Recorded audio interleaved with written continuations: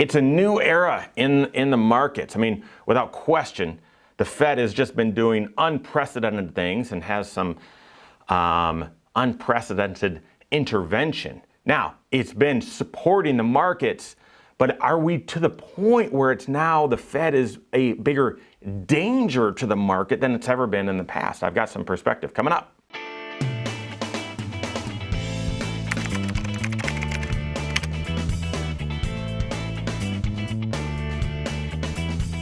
My name is Mike Bernard. I'm the host of the Wise Money Show. I'm also one of the certified financial planners right here at Corhorn Financial Group. Make sure you hit that subscribe button, turn on notifications, and smash that thumbs up button. All right, so it's a new era. The Fed has just gotten their way very, very deep into the market, and I think we are at dangerous territory. I'm going to share some reports here, some perspective in just a second, but let me just tell you, in my role here at Corhorn Financial Group, serving a handful of clients, leading the team and doing all sorts of things, and then helping with the Wise Money research and so on. As I do that, I'm looking at different economists, different articles, different perspective all the time. And I got to tell you, when I was coming in today and I was doing my analysis to say, all right, well, what's going on in the world of the markets? It seems like everything I saw was flashing danger and Fed, like at the same time. Fed's in dangerous territory. Fed's no longer a friend of the market. Fed, blah, blah, blah. And I just am going to share some perspective of just what I saw, like all within a couple of minutes as I was looking through and doing my research for today and what's going on in the world of finance. So take a look at this. I mean, last week, the Fed has now printed more money. The balance sheet has expanded again to an all-time high. We're running at 36%. The Fed's balance sheet is just under $8 trillion. We will be at $8 trillion here very soon. It's now 36% of the U.S. GDP. I believe that's an all-time high, or certainly a high since the World Wars. And you know, the Europe Central Bank is even higher. Their balance sheet compared to the overall Euro GDP is even higher. So we've got a bigger Fed. It's significant in its scope and scale on how big the Fed is compared to the overall economy, and they're continuing to expand. They're continuing to print money in the face of the stock market being where it is, inflation being where it is, the housing market being where it is, unemployment numbers, and there's sort of record number of job openings. They're still expanding their balance sheet. Very interesting. Take a look at this. Economist and financial guru. He's been involved in managing different mutual funds. Now he manages a financial institution. Mohammed El-Erian has basically said, listen, the Fed is no longer the market's best friend. I mean, the Fed presents more of a danger to the market than an aid to the market. It's provided so much aid, so much support.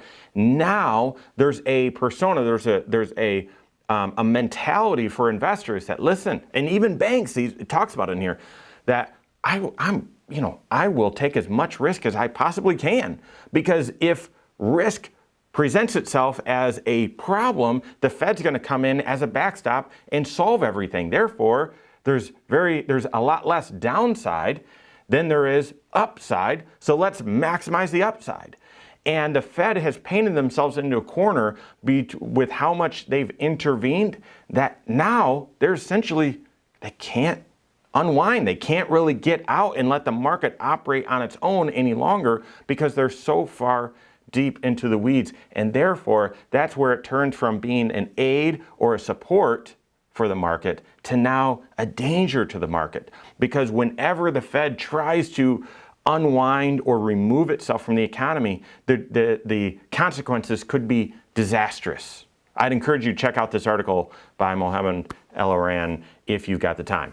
And now many people are questioning what the Fed is actually doing. We're starting to wonder, it's starting to lose faith, lose confidence in the Fed's action. I mean, take a look at this. We've got record home price. We had an enormous surge last week in home prices year over year.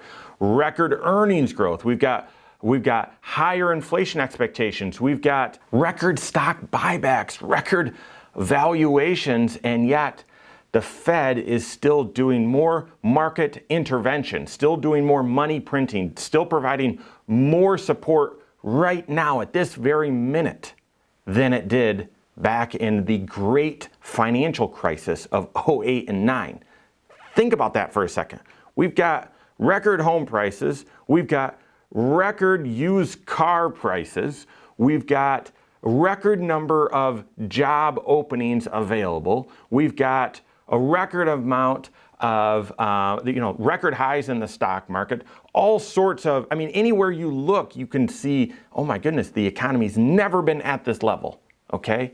And yet the Fed is still at record levels of support of the overall economy.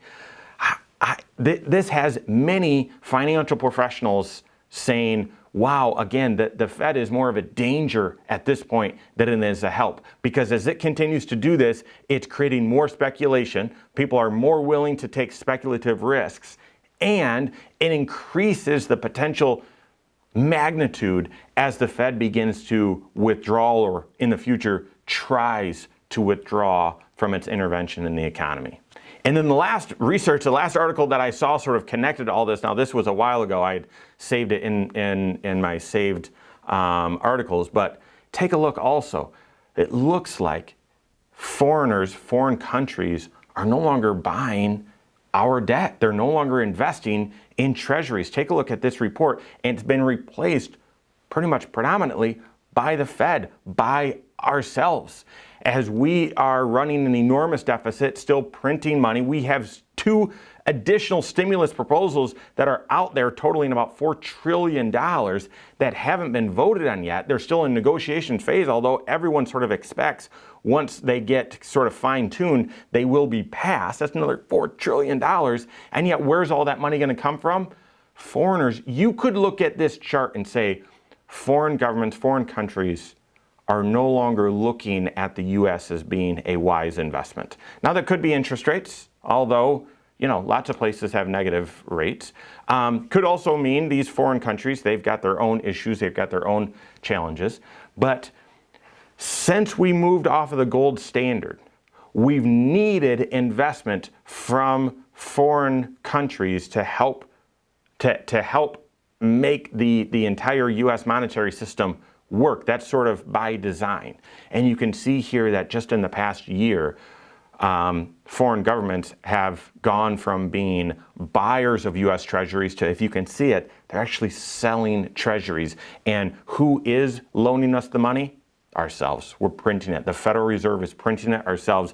They're the ones buying treasuries. You put all of this together, and I know this was just a smattering, sort of a shotgun approach, but this is what, as I was doing research to what's going on in the markets, what do we need to talk about on the Wise Money Show today, I'm looking and seeing so many indications that the Fed has gotten themselves so far deep in the economy and how the markets are moving.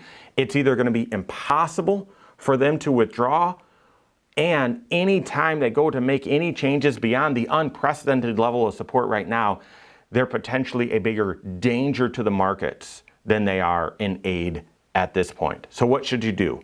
Make sure you've got a solid financial footing, okay? Make sure you're not taking an excessive amount of risk. Don't be part of the statistic that's taking record level of margin debt, right? Make sure that you're cleaning up your own balance sheet. You've got a healthy amount in cash, that you're being responsible with your debt and hopefully paying down debt. Make sure you're saving aggressively for your future goals, and make sure you've got a wise investment approach and investment philosophy, not just over speculation or sort of a risk-on attitude, because the stock market will always go up, and if it doesn't, the Fed's going to step in and fix everything. Okay, make sure you've got prudence applied to your overall financial life. That's the job of your certified financial planner that's doing comprehensive financial planning. So, hope that perspective helps you make and take your next wise step in your financial life. Work with your CFP on that to apply. If you don't have a CFP on your team, you can contact one on my team. Find us online, corehorn.com. That's Korhorn with a K, wisemoneyshow.com. You can find us there as well, or send us an email, info@korhorn.com. All right, there you have it. Go out and take your next wise step in your financial life.